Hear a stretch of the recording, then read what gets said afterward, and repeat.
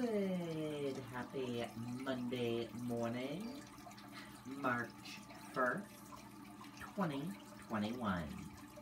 I'm Riley King, and welcome to this Monday morning edition of the Riley King Newscast, right here on the Riley King Network.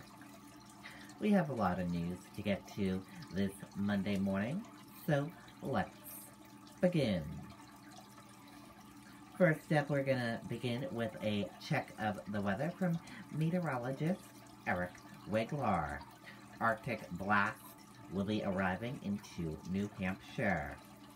Let's take a listen to that video from WMUR News 9, Eric Wiglar.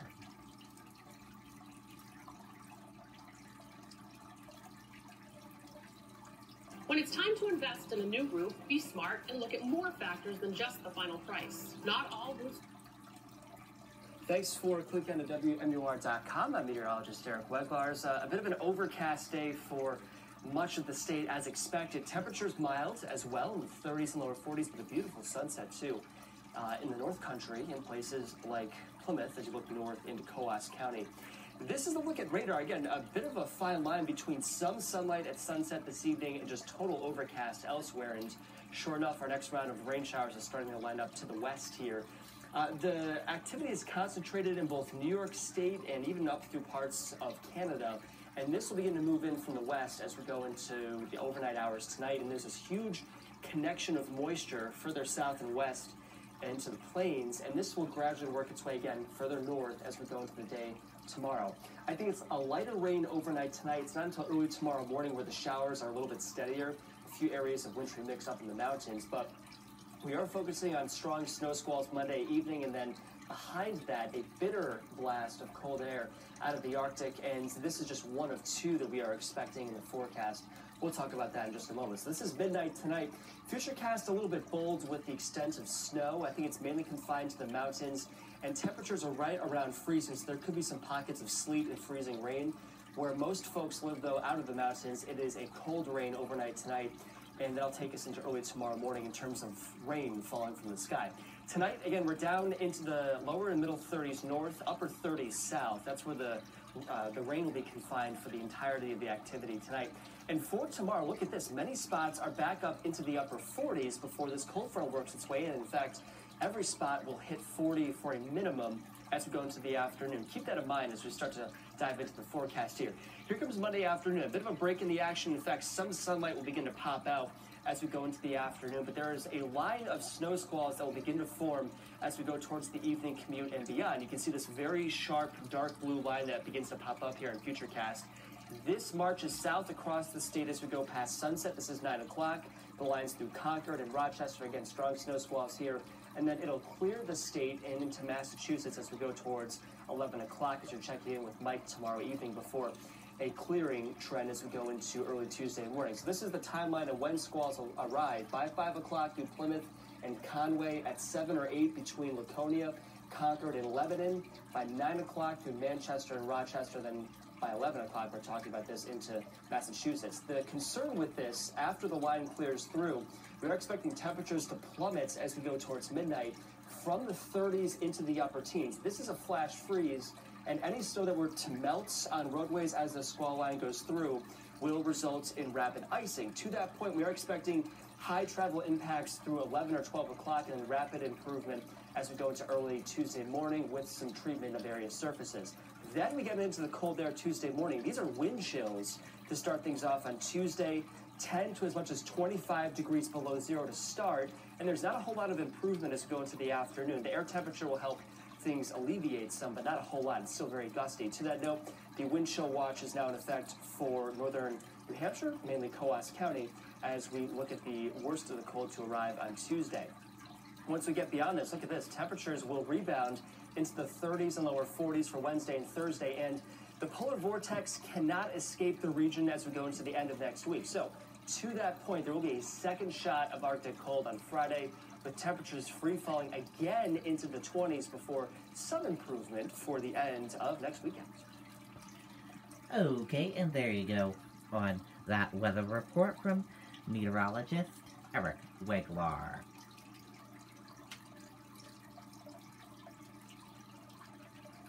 There's one closing to pass along. The Newport Montreal School is closed today.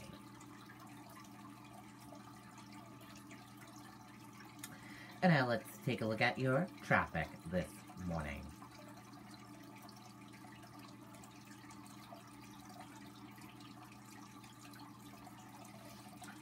And here's a check of your morning traffic this morning. As you can see in Henniker, you're seeing some medium-paced traffic. Hopkinton, some medium-paced traffic. Bow, Pembroke, and Concord, some medium and smooth sailing traffic. Bosquen and Canterbury, medium-paced traffic. Chichester, some medium-paced traffic with smooth sailing. Epsom, medium-paced traffic with smooth sailing. Northwood, smooth sailing. And Lee, smooth sailing with some medium-paced traffic. Durham, smooth sailing with a little bit of medium-paced traffic. Rochester, medium-paced traffic with smooth sailing. Somersworth, medium-paced traffic with some smooth sailing. Dover, medium-paced traffic with some smooth sailing. Newington, medium-paced traffic with some smooth sailing. And Portsmouth, medium-paced traffic with some smooth sailing. Portsmouth into Maine, medium-paced traffic with some smooth sailing. Rye, smooth sailing. Northampton, smooth sailing. Hampton, smooth sailing. Seabrook, smooth sailing into the border of Massachusetts. On 101, all smooth sailing on 101 with some medium-paced traffic in some spots on 101. Around the Manchester and Hooks area, some medium-paced traffic with smooth sailing. Bedford, smooth sailing. Amherst, smooth sailing. And Milford, smooth sailing with a little spot of medium-paced traffic. Manchester, Merrimack, Nashua into the border of Massachusetts. Medium-paced traffic with some smooth sailing and slow traffic as well. Nashua, Milford, smooth sailing with little spots of medium-paced traffic. Manchester, Derry, Londonderry, Windham, Salem into the border of Massachusetts, smooth sailing with some medium-paced traffic. And that is a look at your morning traffic map for this Monday morning. And now let's take a look at your COVID-19 numbers for New Hampshire right now. And here's a look at those COVID-19 numbers here in New Hampshire for all of you right now. There are 75,424 number of people in New Hampshire have tested positive for COVID-19. There are 1,170 number of deaths from COVID-19 in New Hampshire. And there are 87 current number of hospitalizations for COVID-19 in New Hampshire. And that's a look at your COVID-19 numbers here in New Hampshire.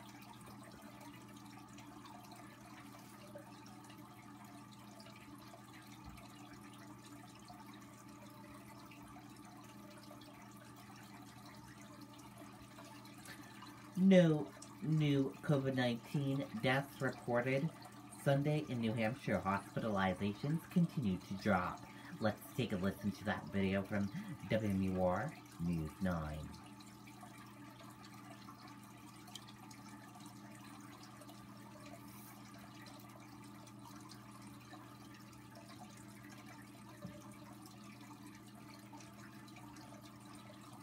When it's time to invest in a new roof, be smart and look at more factors than just the final price. Not all roofs are the same, and not all roofers are the same. Ask the questions. Do they offer warranties? Are they fully insured? Now let's take a look at where the numbers stand tonight in New Hampshire. There are 270 new positive tests to report. Current cases have been dropping now for several days. There are now just over 2,500 people with COVID-19. That number is down more than 60% from when it peaked at nearly 7,000 back on December 26th. There are no new deaths to report tonight. Okay, and there you go on that video and that report.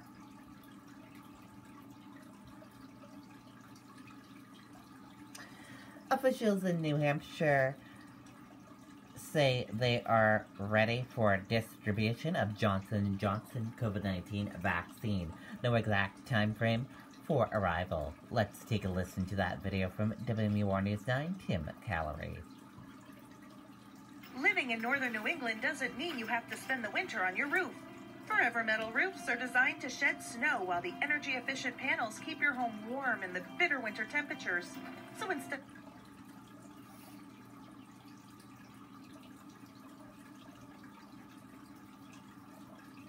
Another major step forward in the fight against COVID-19. The federal government giving Johnson & Johnson the green light for emergency use, opening the door for a third vaccine. Having an additional safe and effective vaccine will help protect more people faster. And I think that everyone should just roll up their sleeve and get their vaccine as soon as they can. Dr. Donald Reep is the medical director for St. Joseph Physician Practices in Nashua.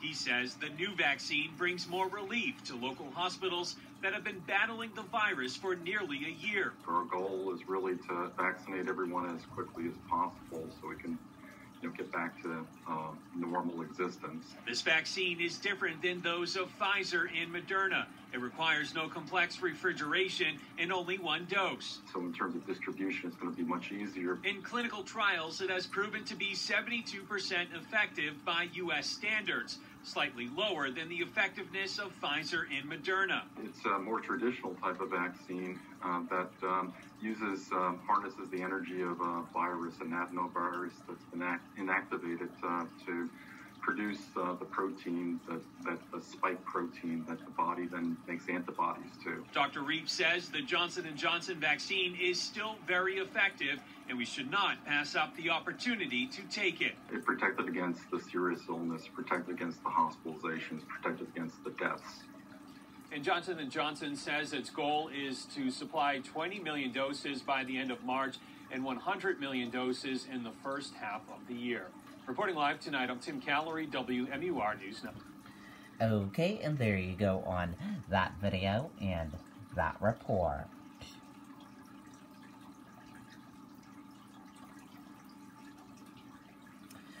New Hampshire Restoration Company drives 1,800 miles to assist in Texas cleanup efforts, helping Dallas area churches with cleanup. Let's take a listen to that video from WMUR News 9, Jessica Moran. Living in northern New England doesn't mean you have to spend the winter on your roof. Forever Metal roofs are designed to shed...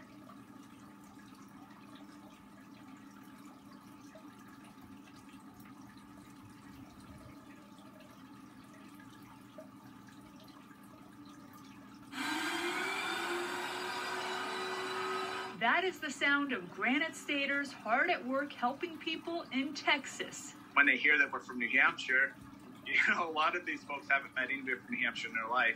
This month, the Lone Star State was hit with an unusually freezing winter storm that left millions of Texans without power and water for weeks.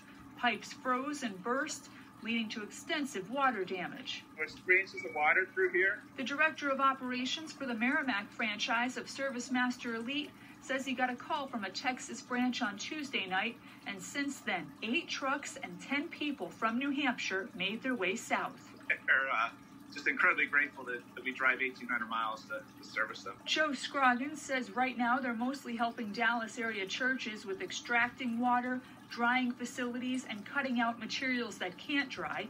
He says the warmer winter in New England made it easier to say yes to taking on projects that'll keep them from home for weeks. We've been blessed in the Northeast from a frozen pipe standpoint, and here to call to come assist. It was an absolute yes. I'll be there. And when I called each one of our crews as well, every single one of them said, absolutely, we're going home, we'll pack our bags, we'll be ready in 2 hours. And to show their gratitude, Joe says one day his New Hampshire crew was craving Dunkin' Donuts. A local pastor took their order and drove to the nearest Dunkin' Donuts. It was an hour away to help give them a little taste of home. In Manchester, Jessica Moran, WMUR News 9. Okay, and there you go on that video and that report.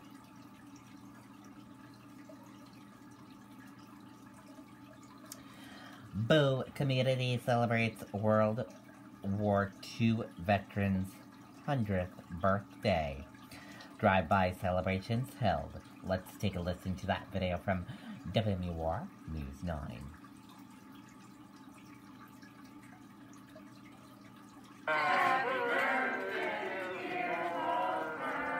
Walter Parker has celebrated a century of birthdays. Sundays took him by surprise. After all the years and what I've been through, You know, it take a little bit, you know, to shake me up. Those shook me up. It was all good.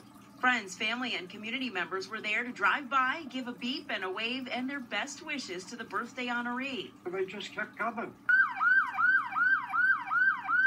The color guard marched down the street with the 48 star flag, and they presented Walter with a magnetic compass from a B-26 Marauder, which he worked on. Walter was in the 9th Air Division and 386th Bombardment Group of the U.S. Army Air Forces in World War II, serving in England, Belgium, and France between 1942 and 1945. I was on the ground crew. Walter served his country and then worked for the telephone company for decades, raising 3 children with his wife in Natick, Massachusetts. He now lives with his son Jim and daughter-in-law Kathy and Bo, who treasure every day with him and his sense of humor. He truly is just a remarkable human being. He embraces life with positivity and kindness, truthfulness and respect for others. And we just love him being here with us. I'm a saint. He's a saint. He's the best dad ever. Dad, grandfather, veteran, and volunteer. Walter was spending each week at the Baker Free Library and Pope Memorial SPCA before the pandemic hit. Right now, he's keeping busy by walking about a mile a day and soaking up the birthday love. I've had, I have to say, a real good life. Okay, and there you go on that video in that report. Awesome story there. Happy birthday to him. Littleton Hospital administers nearly 1,200 doses of vaccine that were about to expire. Let's take a listen to that video from WMUR News 9. When it's time to invest in a new roof, be smart and look at more factors than just the final price. Not all roofs are the same, and not... Thank you. Littleton Regional Healthcare held a last-minute clinic today to administer nearly 1,200 doses of COVID-19 vaccine that were about to expire. You can see the line of cars there. 650 doses were from the hospital. The rest came from the state's supply. People who had VAMS appointments canceled in January were invited to that clinic, and the shots were available for anyone who qualified for Phase 1B. Okay, and there you go on that video and that report.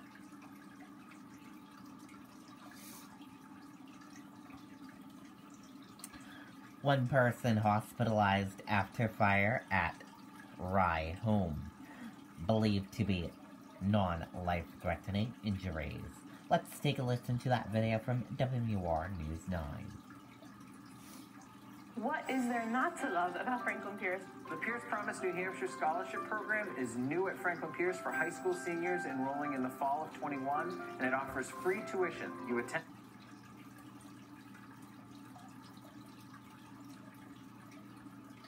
Well, one person was taken to the hospital today after a fire in Rye. This broke out in a home on Holland Drive at about 1 o'clock this afternoon. The person who was hurt is believed to have non-life-threatening injuries. Another person in that home did get out safely. Fire crews say they could hear small explosions as they arrived to that scene today. Mutual aid was called in to fight those flames from a list of seacoast communities. Response was good. There was no water problems. The fire got well ahead of us before we arrived. After our arrival, we had a couple of explosions in the building. Those could be cylinders, could be oxygen cylinders. It hasn't been confirmed yet. Now, the home is no longer safe to live in, and the cause is still under investigation. Okay, and there you go on that video and that report.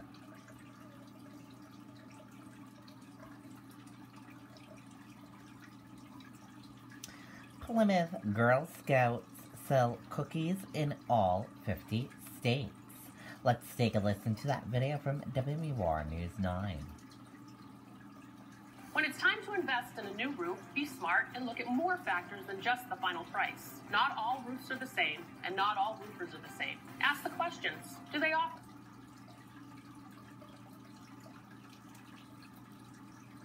Well, a Girl Scout in Plymouth has reached her goal of selling cookies in all 50 states, selling over 720 boxes. This is pretty amazing. 9-year-old Sophia Hammond and her mother wanted to connect with family members in different parts of the country.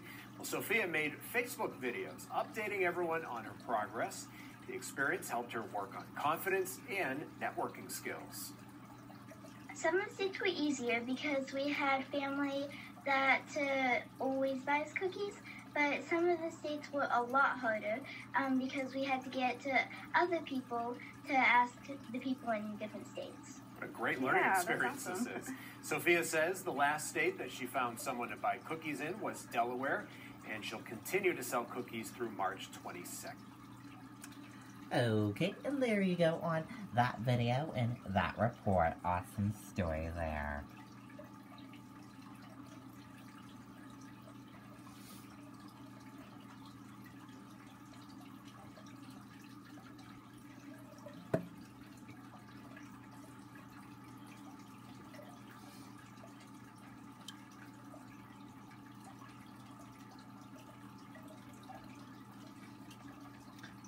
Cuomo says some of his words misinterpreted as unwanted flirtations. New York Governor Andrew Cuomo has firmly referred the case into allegations of sexual harassment against the governor to New York Attorney General. The governor's office announced on Sunday night. The decision enables an investigation with subpoena power for the Attorney General's office. The Attorney General earlier Sunday rejected the proposal from Cuomo to select an independent investigator to conduct a review, she said on Sunday afternoon. And that does it for this morning edition of the Riley King Newscast right here on the Riley King Network. I hope you all have a great rest of your day, and I'll see you back here later on today for another newscast. I'll have a news report coming up in a little bit. Goodbye, everyone.